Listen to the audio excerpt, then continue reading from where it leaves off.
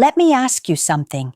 Have you ever met a woman who seemed perfect on paper? Beautiful, smart, funny, but no matter how much you tried, you just couldn't reach her? You text her and she replies, but it feels distant. You open up, trying to create something real, and she smiles, nods, changes the subject, leaving you wondering if she even heard what you said. You start questioning yourself. Maybe you're too much, maybe not enough. But here's the truth. It's not always you. Sometimes the woman you're trying to love just isn't available, not physically, but emotionally. She craves connection but fears intimacy. She says she wants love, but deep down she's terrified of being seen. And the hardest part? You don't notice it at first. Emotional unavailability hides behind charm, confidence, and independence. The women who seem like they have it all together are often the ones hiding the deepest walls. And most men, when they meet her, fall into the trap of trying to fix her. They think patience will melt her walls, that love will earn her trust, but you can't heal someone who's never chosen to face their own pain. If you found yourself chasing validation from a woman who's always half in, half out, this is for you. Because emotional unavailability doesn't look obvious. It feels like confusion. It feels like you're doing too much. It feels like you're slowly disappearing to make space for her distance. And the sooner you recognize it, the sooner you protect your peace. You see, attraction is easy. Connection is rare. Most men chase the first and lose themselves trying to find the second. But emotionally intelligent men learn the difference. They stop mistaking chemistry for compatibility and start valuing peace over potential. Because the moment you realize that love isn't something you earn, it's something that's shared, you stop asking, why doesn't she love me like I love her? And start asking, why am I giving my heart where it can't grow? You can tell she's emotionally unavailable when she avoids emotional depth, but not emotional drama. You've met her, always busy, always dealing with some chaos, yet never truly open. You try to talk about something real and she deflects, jokes it off, or says she doesn't like dwelling on things. At first it feels mysterious, strong, private, maybe independent, but later you realize it's not privacy, it's protection. She's guarded, not cold. Somewhere, she learned that vulnerability equals pain. So she keeps people close enough to feel wanted, but far enough to feel safe. That's why she'll engage in arguments or tension. Those emotions feel familiar, but real openness terrifies her. She'll get close, then retreat. She'll give attention, not intimacy. And if you're not grounded, you'll mistake that push-pull for passion. The truth is, you can't love her past her fears. Don't chase her walls. Mirror her distance with calm self-respect.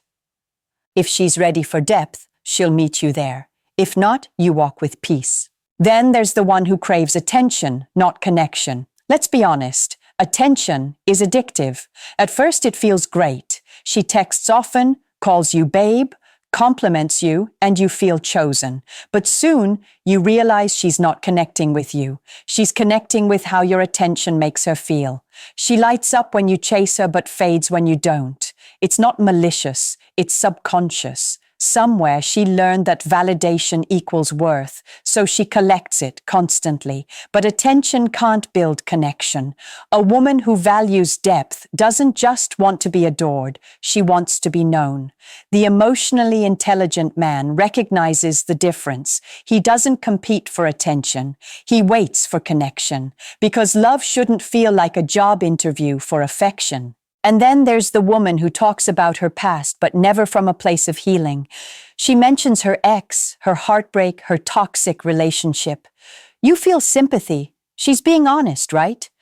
But as time goes on, you realize she's stuck in her pain, repeating the same story not for reflection, but for protection. She's explaining why she can't open up. Every new relationship becomes a test, not a partnership.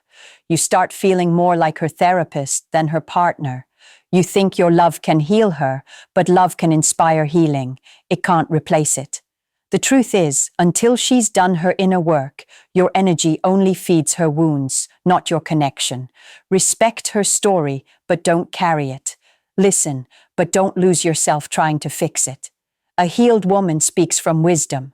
An unhealed one speaks from wounds. And you can't build a future with someone living in their past. Sometimes emotional unavailability wears the mask of independence. She'll tell you she doesn't need anyone, that she's fine on her own, and independence is beautiful, but only when it's not built from fear. For some women, independence becomes isolation. She'll let you in just enough to keep you interested, then retreat when it gets too close. You'll suggest spending more time together. She'll say she's too busy.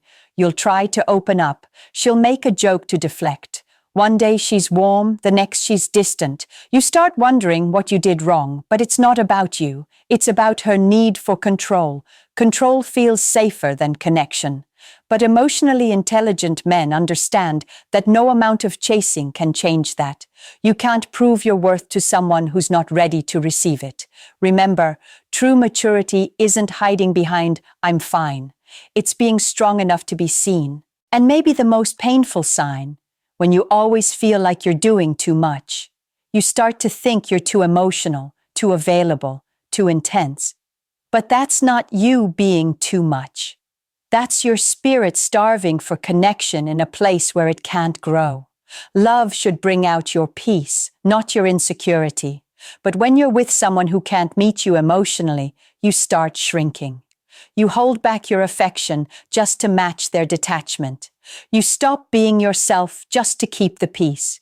You used to be expressive, passionate, playful. Now you're overthinking every word. That's not love. That's emotional starvation.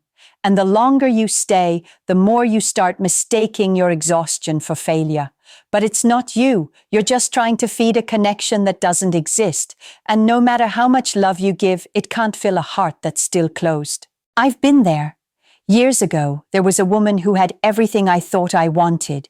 Beautiful, driven, magnetic. Every text felt like adrenaline, every silence like withdrawal. I mistook that chaos for chemistry. I thought if I could make her feel safe, she'd stay. So I tried. Long talks, late-night drives, endless reassurance. But every time I opened up, she drifted away. Every time I pulled back, she came close again. It wasn't a relationship. It was a cycle of earning love. And the night she said, "You're a good man, I just can't do this right now," I realized it wasn't about me. It was about readiness. You can't connect deeply with someone who isn't ready to feel deeply. That night I stopped chasing potential and started choosing peace. Because when you choose peace over chaos, you attract people who feel safe being real. And that kind of love, it doesn't drain you, it builds you. So, if any of this sounds familiar, take a breath. The point isn't to judge, but to see clearly. The signs are simple. She avoids depth, but loves drama, craves attention, but resists connection, lives in her past, hides behind independence, and leaves you feeling like you're too much. These aren't reasons to hate her. They're reasons to honor yourself. Because when someone is emotionally unavailable, it's not about your worth, it's about their readiness. You can't force openness. You can't love someone into self-awareness, but you can recognize when the effort stops being mutual and you can walk away with dignity. And here's the real truth. When you stop chasing unavailable women, you start healing your own emotional wounds, because sometimes the reason we're drawn to them is that part of us fears the calm of real intimacy too. Maybe we think chaos means love because peace feels unfamiliar. But when you learn to love yourself in silence, in stillness, in peace, you stop mistaking emotional turbulence for passion. That's when you start attracting what's real, because emotionally intelligent men don't chase connection, they embody it.